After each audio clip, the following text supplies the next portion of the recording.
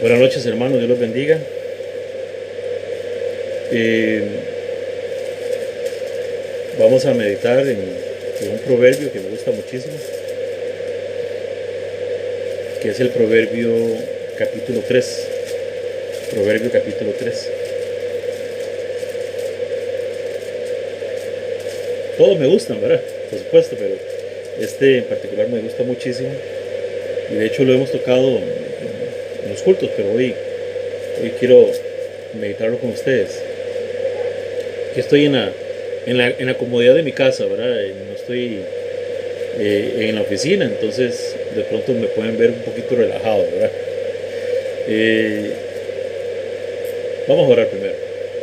Señor, te damos gracias en esta noche, oh Dios, por tu bondad, por tu misericordia. Gracias por ser tan bueno, tan maravilloso con nosotros.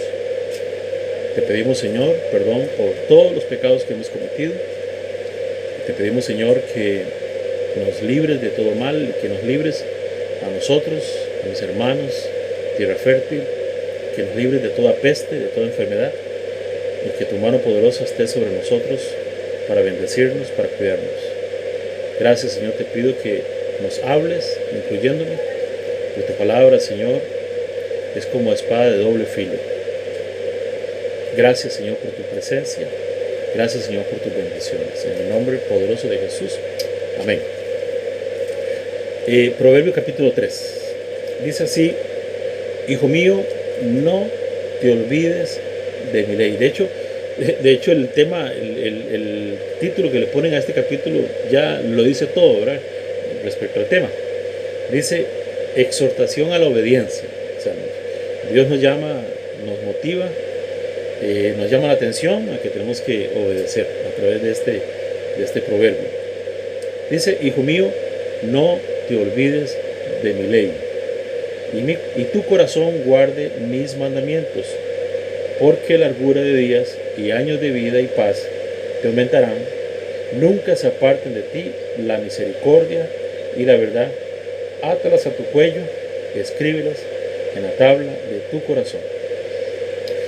¿Por qué, por qué, por qué Salomón insiste, bueno, Dios a través de Salomón insiste que tenemos que atar a nuestro cuello los mandamientos del Señor y escribirlas en la tabla de nuestro corazón, los mandamientos? ¿Por qué? Porque la tendencia del ser humano, incluyendo los hijos de Dios, muchas veces es de olvidar.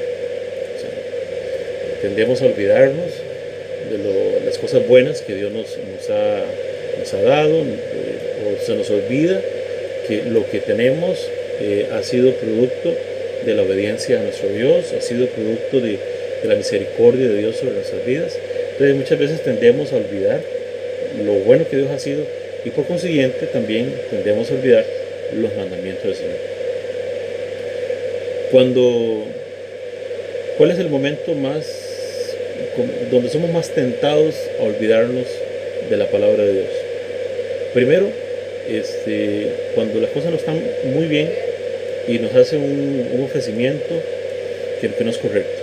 O sea, entonces ahí muchas veces hacemos a un lado lo que Dios nos ha dicho que tenemos que hacer, con tal de adquirir o alcanzar esa meta o ese regalo que queremos recibir. Pero también lo más difícil, o el momento más propicio para olvidarnos de la palabra de Dios o de los mandamientos del Señor, es cuando todo está bien. Es cuando hay de todo en la casa, es cuando nuestro matrimonio está bien, está caminando bien, nuestros hijos están sanos, hay prosperidad en la casa. Tendemos a olvidar la palabra de Dios, tendemos a olvidar que tenemos que meditar en la palabra de Dios, que tenemos que buscar al Señor, que tenemos que esforzarnos por buscar al Señor. Entonces tendemos a eso, ¿verdad? Tendemos a olvidar. Por eso dice: átalas a tu cuello. No es literal, no es que tenemos que andar la Biblia atada aquí, ¿verdad? No, se trata de no soltarla nunca. Se trata de que haya virus o no haya virus, se trata de que si se hacen cultos o no se hacen, porque por esta situación del coronavirus, se trata de que si mi matrimonio está pasando por una situación difícil o no, o si mi economía está siendo socavada en este momento, está siendo erosionada por una situación especial. Se trata de que en ese momento yo tenga la palabra de Dios presente, no la olvide. Se trata de eso. Y eso es lo que cuesta es permanecer. Por eso hay un capítulo, que es el capítulo 15 de San Juan, que explica muy bien, ¿verdad?, este tema de mantenerse en la palabra de Dios. Y Jesús lo dijo así: quien permanece en mí dará buen fruto, ¿verdad? Quien permanece, el pámpano que permanece en la vid dará buen fruto. Vosotros sois los pámpanos, ustedes tienen que permanecer en la vid, y lo que cuesta es permanecer. Y la única forma de permanecer es que nosotros permanezcamos en la palabra de Dios, es que nosotros atemos la palabra de Dios en nuestro cuello, que nosotros escribamos la palabra de Dios en nuestro corazón. Usted dirá: sí, pero eso ya el Espíritu Santo, eso es algo simbólico, es una sombra de lo que iba a pasar en la nueva dispensación de la gracia. Y sí, tiene razón. O sea, la palabra de Dios en Ezequiel capítulo 34 decía que iba a llegar un momento donde Dios iba a darnos su espíritu y que Él iba a escribir la ley de Dios en nuestros corazones. Él, literalmente, Él.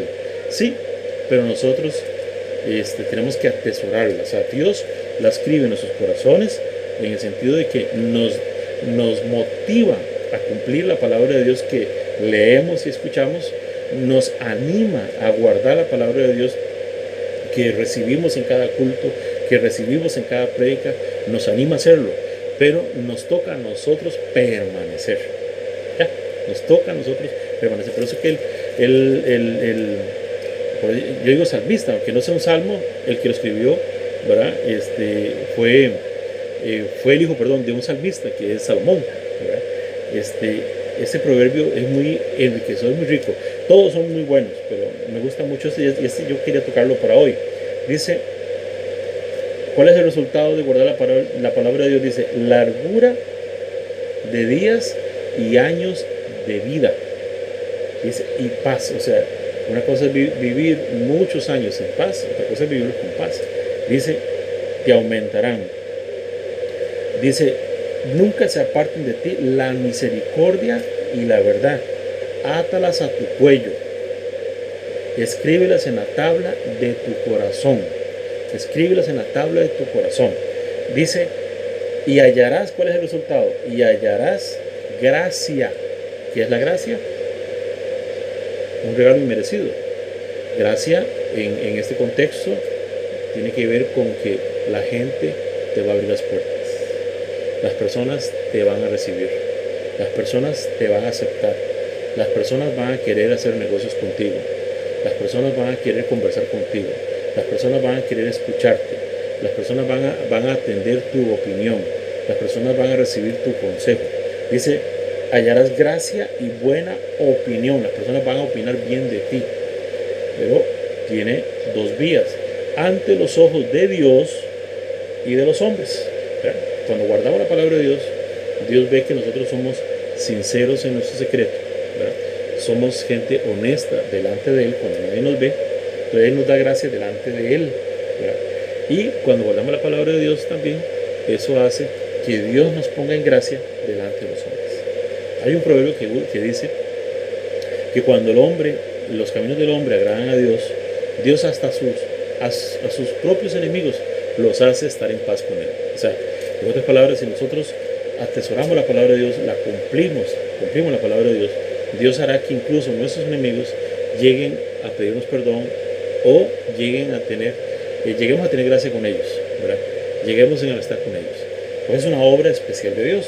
Dice el versículo 5: fíate de Jehová de todo tu corazón y no te apoyes en tu propia prudencia.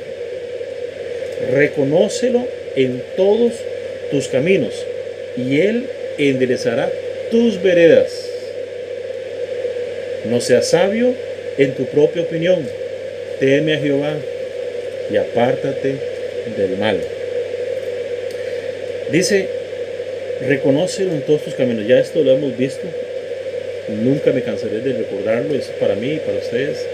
Reconocer al Señor en todos nuestros caminos. ¿Qué caminos? ¿Por qué dice caminos? Porque el hombre está lleno de caminos. El hombre está lleno de aspectos.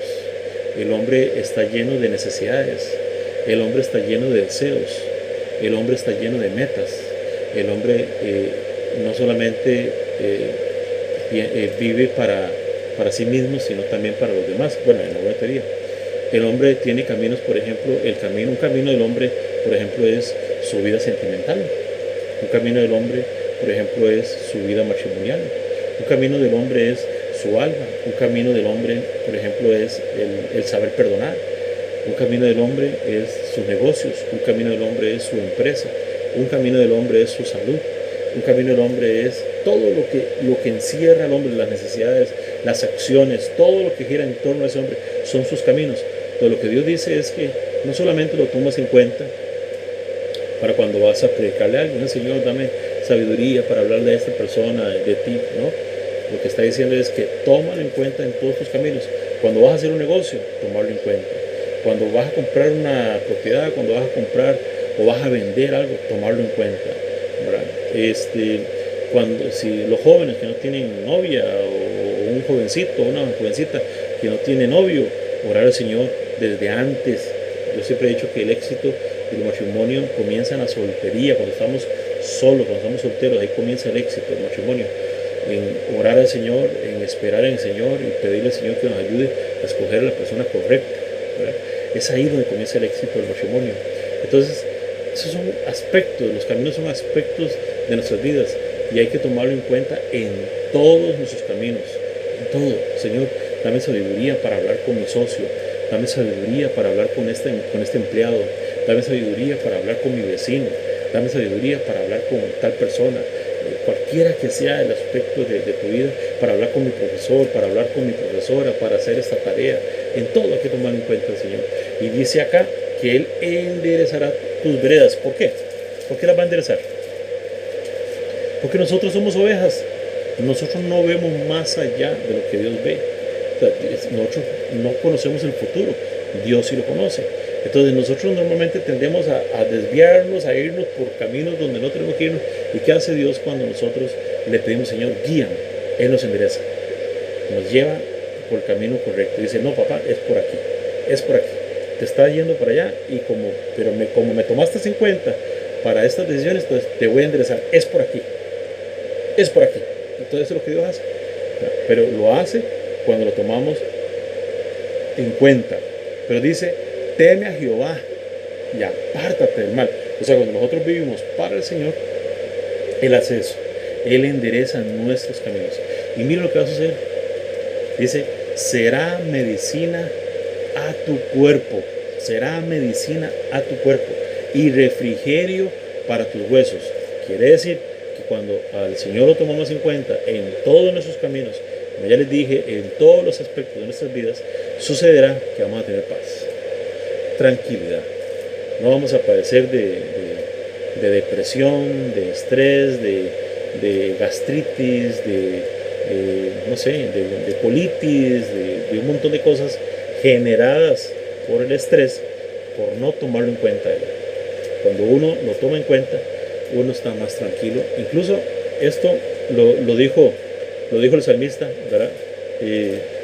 Miles de años antes que los psicólogos descubrieran las enfermedades psicosomáticas, los doctores, descubrieran las enfermedades psicosomáticas, la ciencia descubriera enfermedades psicosomáticas, o sea, enfermedades producidas por problemas del alma, por la ansiedad, por las cóleras, por las chichas, por las preocupaciones. Todo eso afecta al cuerpo, todo está interconectado. Dice, será medicina a tu cuerpo y refrigerio para todos tus huesos.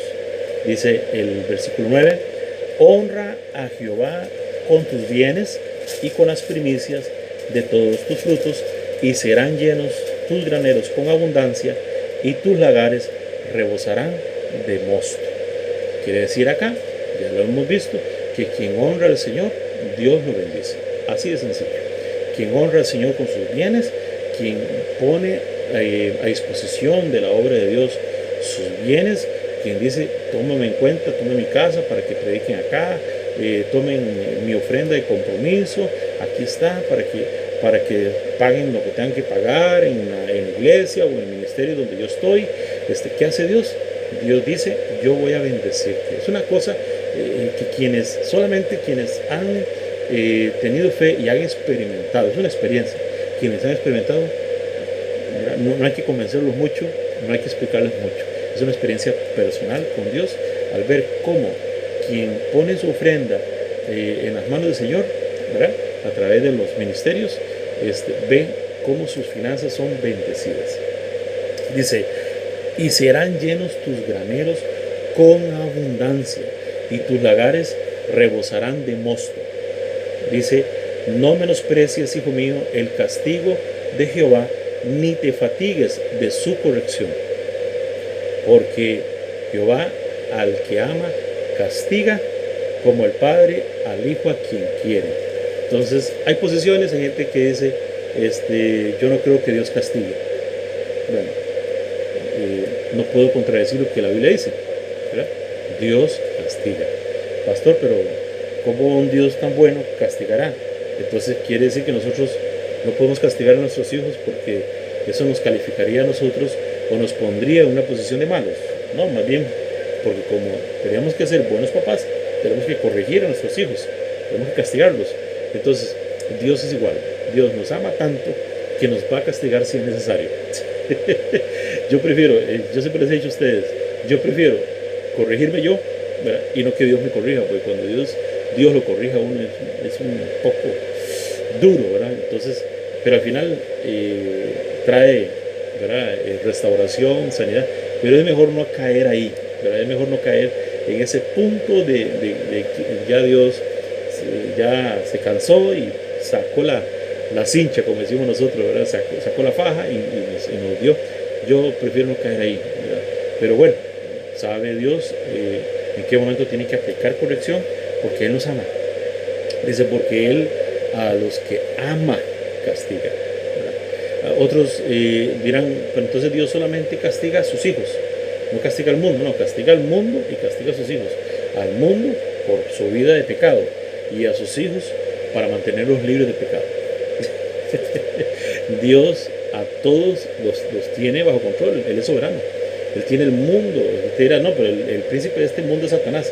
Sí, pero por encima de Satanás está Dios.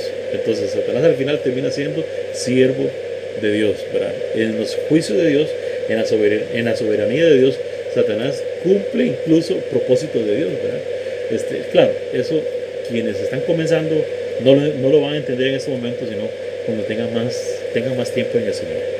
Dice, bienaventurado el hombre que halla la sabiduría y que obtiene la inteligencia, porque su ganancia es mejor que la ganancia de la plata, y sus frutos más que el oro fino. Más preciosa es que las piedras preciosas, y todo lo que puedes desear no se puede comprar a ella. Largura de días está en su mano derecha, en su izquierda riquezas y honra. Sus caminos son caminos deleitosos, y todas sus veredas paz. Ella es árbol de vida a los que de ella echan mano, y bienaventurados son los que la retienen. Jehová con sabiduría fundó la tierra, afirmó los cielos con inteligencia. Con su ciencia los abismos fueron divididos, y destilan rocío los cielos. Hijo mío, no se aparten estas cosas de tus ojos, guarda la ley y el consejo, y serán vida a tu alma y gracia a tu cuello. Guarda la ley y el consejo. Voy a hacer una pequeña pausa para hacer un corte del video, porque hace poquito tuve problemas. Entonces lo que quiero es que quede grabado en 2 videos esta enseñanza, esta predicación. Ahorita volvemos. Dios los bendiga.